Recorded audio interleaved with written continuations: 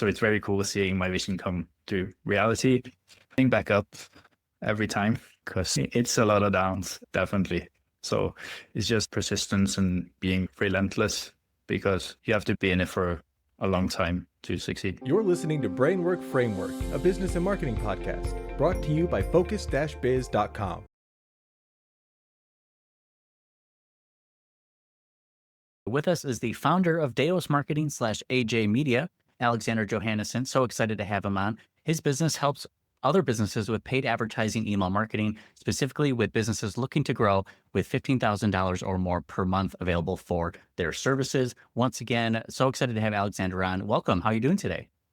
Thank you for having me. I'm doing well. We wanted to ask our entrepreneurs, tell us more about your journey. What were you doing before that kind of led you into what you're doing now? So I'm still pretty young. I like to start with my sporting background. So that's where all my competitiveness comes in. I played football or soccer for the American audience.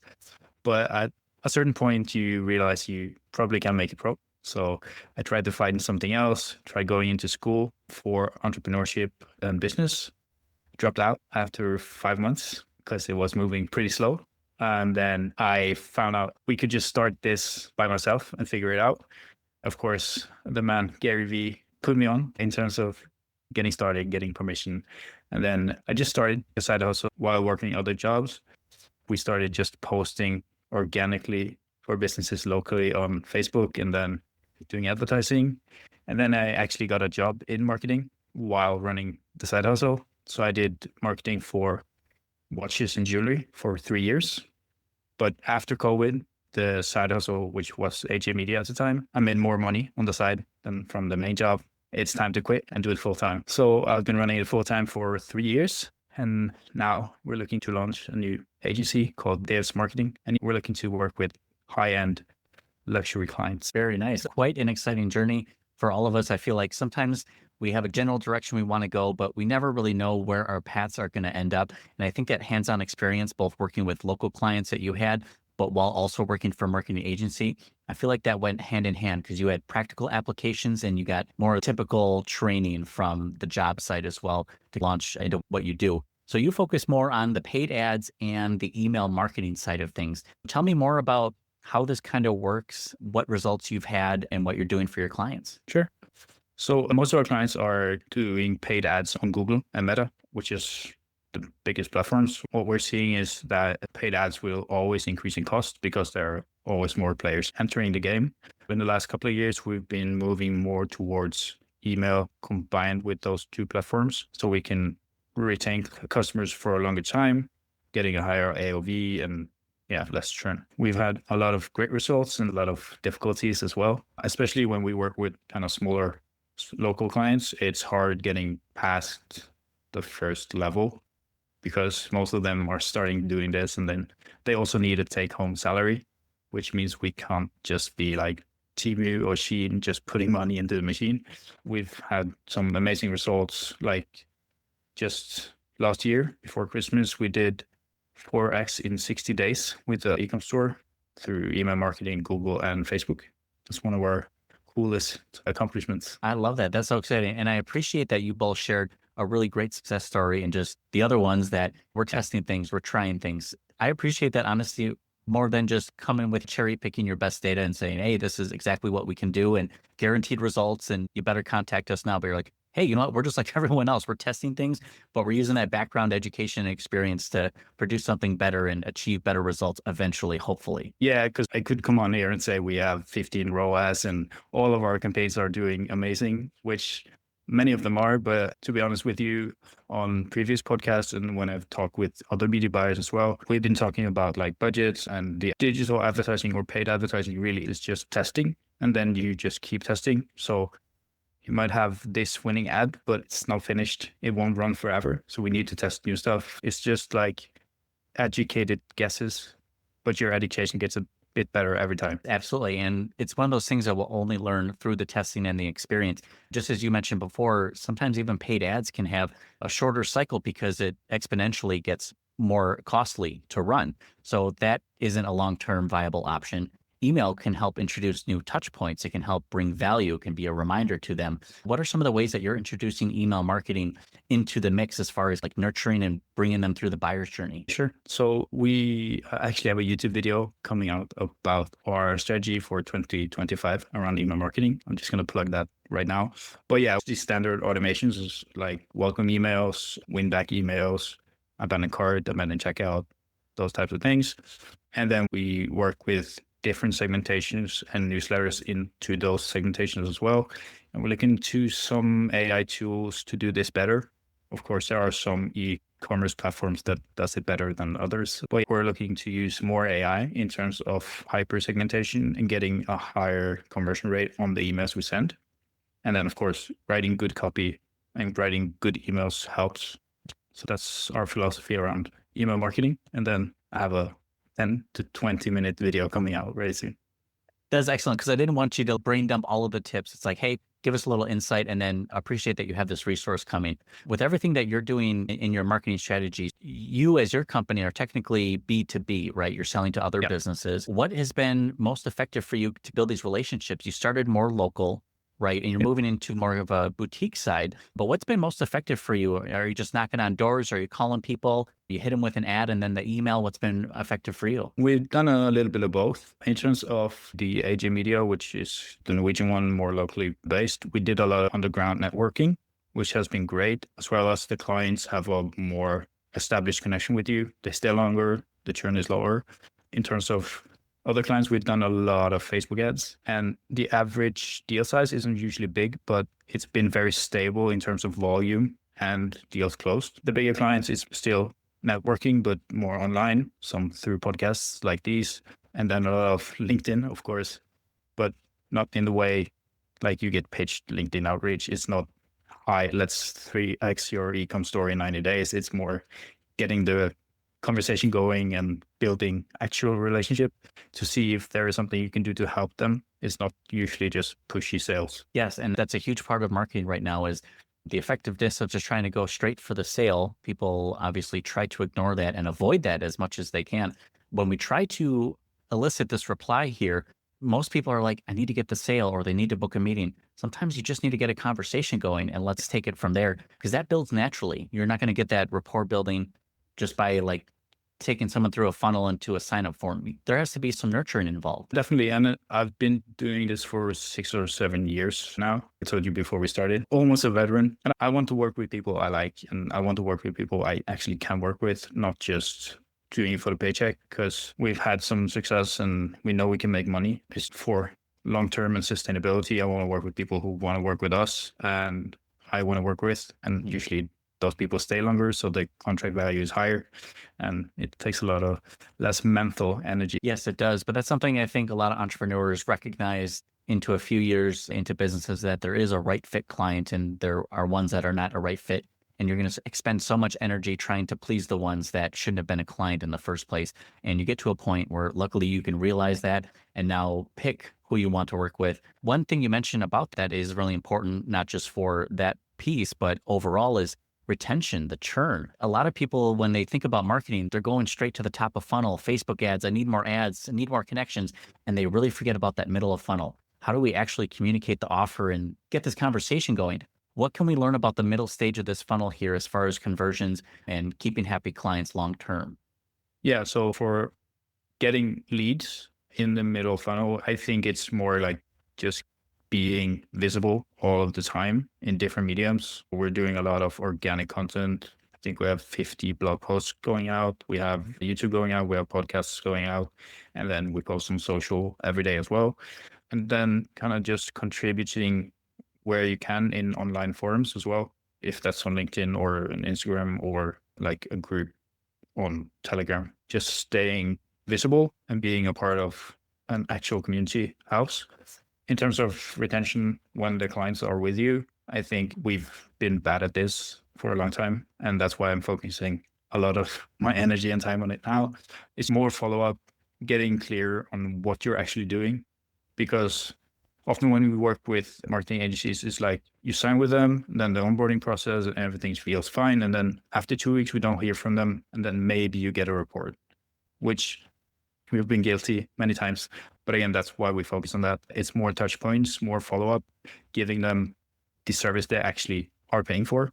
Because the philosophy now with launching the new agency as well is more agencies have become a product or a commodity more than a service. And we want to be a service. We want to actually help the people work with them.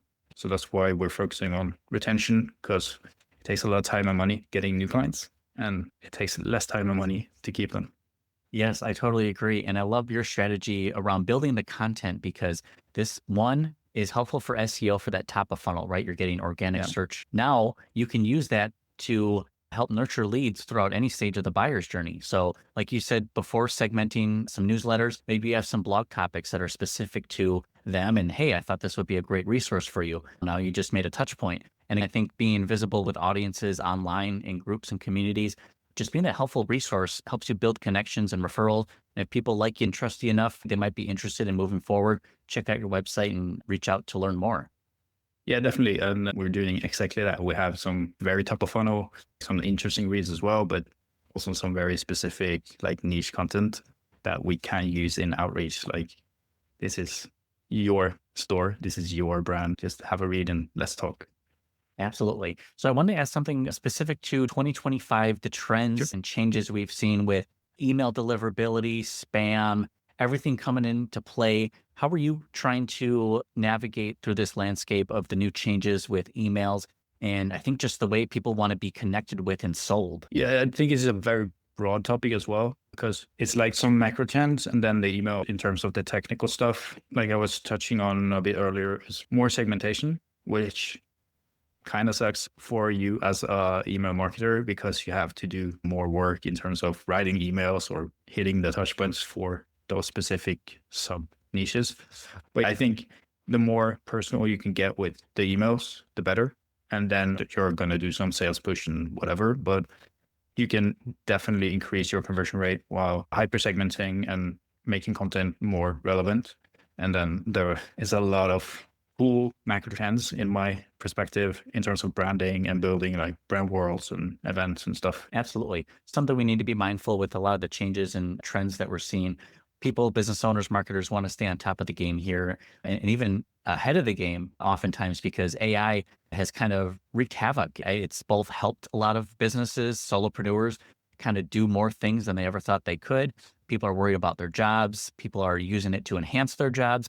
What is your take on AI? Does it play a role in your business or some of the clients that you work with? Yeah, I think last week changed my perception a little bit, actually, because in terms of usage, we use it a lot. Just like I use it for content, getting ideas or helping writing scripts. We use it for some ad creation as well. We use it for some email or Google headlines if I don't feel creative. But in terms of usage, I think we as online marketers or business owners, we're so chronically online that we think everyone uses AI.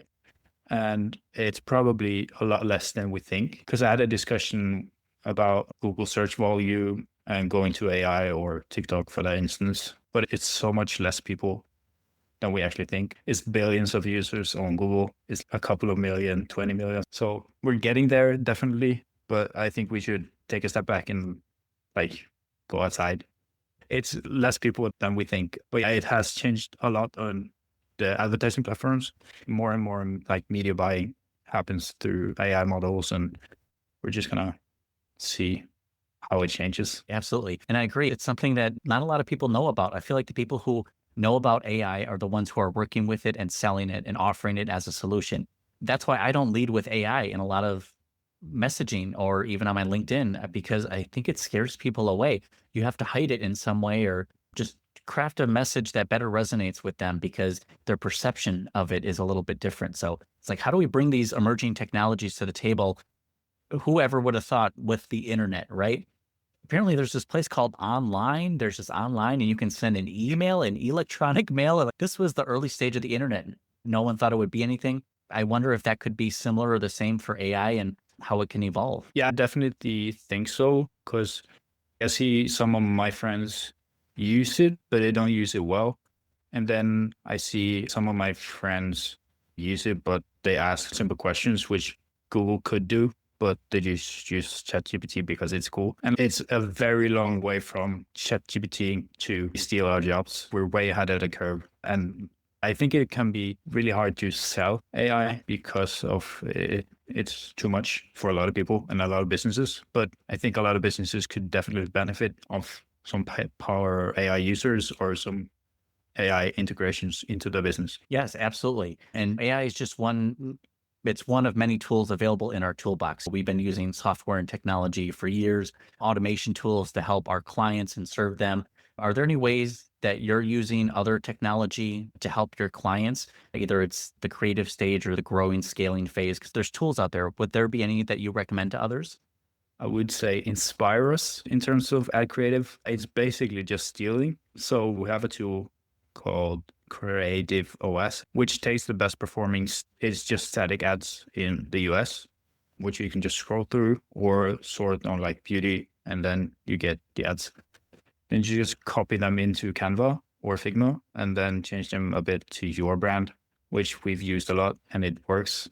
But I think it kind of fatigues audiences pretty quickly because they look the same. There are a lot of cool tools and we're testing constantly, but I would recommend that one. And of course, like third-party tracking and stuff, which we have to use like Triple Whale or higher, depending on what business you run. That's really cool to hear that it's being used in the creative competitive analysis space right now, because any person can go on a Facebook account and it's public information, go look at their ads.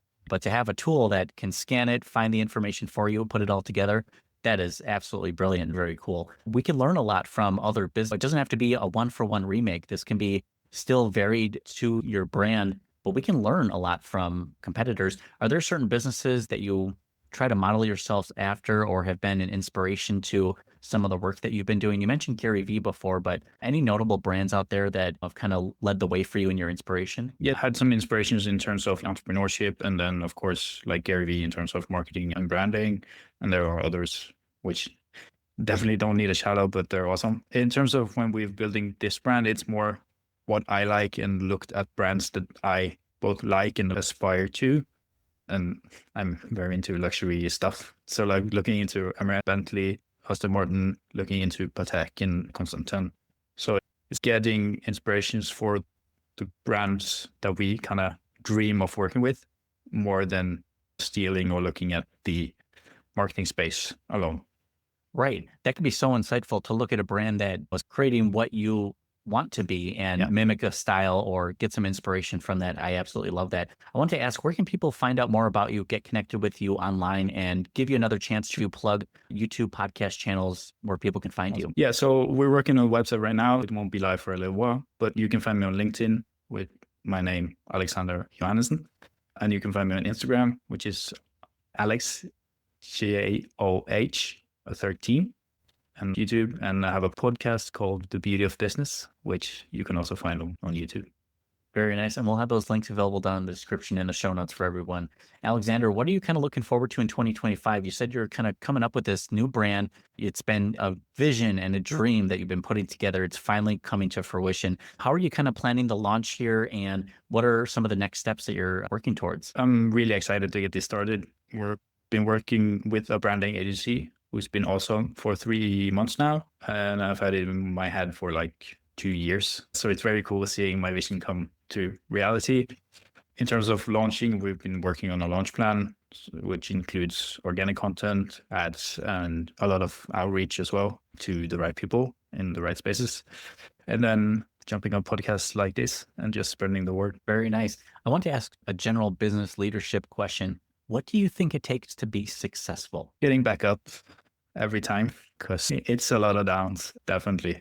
So it's just persistence and being relentless, because you have to be in it for a long time to succeed. Absolutely. And I think just a testament to that, when Alexander and I first got on the podcast, he seemed kind of drained, and it was just like, he'd been working all week. He's been doing a lot of traveling, working hard, putting in a lot of hours. And I was like, I hope this is the last one. He said, well, I have a few Slack messages I can follow up after this. The entrepreneurial mindset, I feel like it's never ending, always more work to be done. But just wanted to give you a kudos to you for putting in the effort. You're making these short-term sacrifices in hopes for a long-term gain. And I think you're working towards something really you can work with and be proud of. Thank you so much, Chris. And you gave me a lot of energy. So now I'll definitely answer the Slack messages.